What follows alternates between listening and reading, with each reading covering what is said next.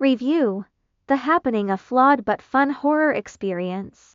M. Night Shyamalan's The Happening did not fare well with critics, currently sitting at a middling 5/10 on IMDb. While it is undeniable that the film is deeply flawed if approached with a serious mindset, shifting one's perspective reveals a surprisingly fun time. Shyamalan rarely intends to make serious films, yet his work often carries the depth and gravity of a 13-year-old writing what they believe to be a profound story. The Happening is the peak of this unintentional comedy. The plot: bad science, great entertainment. The premise is not inherently bad, though the execution is clumsy enough to be entertaining. Essentially, the flora of the East Coast begins releasing toxins that block human neurotransmitters, overriding the self-preservation instinct and causing mass suicide. We followed Mark Wahlberg, Zooey Deschanel, and their niece, Jessica, traversing Pennsylvania to avoid the infected wounds.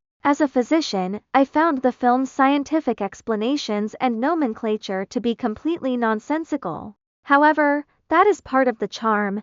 It feels like watching someone confidently use large words they don't actually understand. The use of the wind as a monster is equally silly. The film implies that the wound always arrives exactly when the toxins are released, as if the trees are generating their own atmospheric pressure. It is scientifically absurd, but narratively hilarious. The acting: accidental comedy gold. The acting is where the movie truly shines as a guilty pleasure.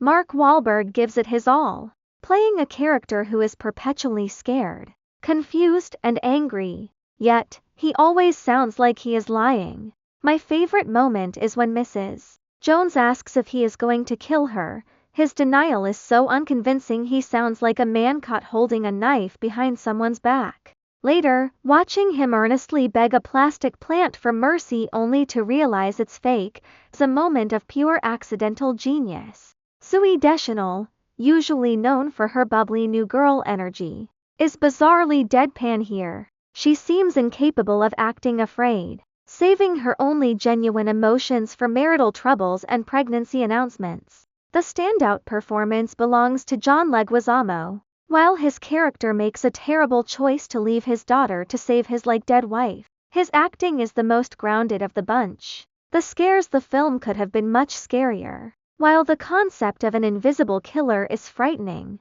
the execution is inconsistent. The Jeep scene in Princeton suggests that even the smallest air leak is fatal, yet later on, our main cast survives despite being surrounded by obvious openings. However, there are bright spots. The shotgun scene involving the boys, Josh and Jared. It was a genuinely effective touch, a moment where the horror comes from survivors committing violence just to stay alive.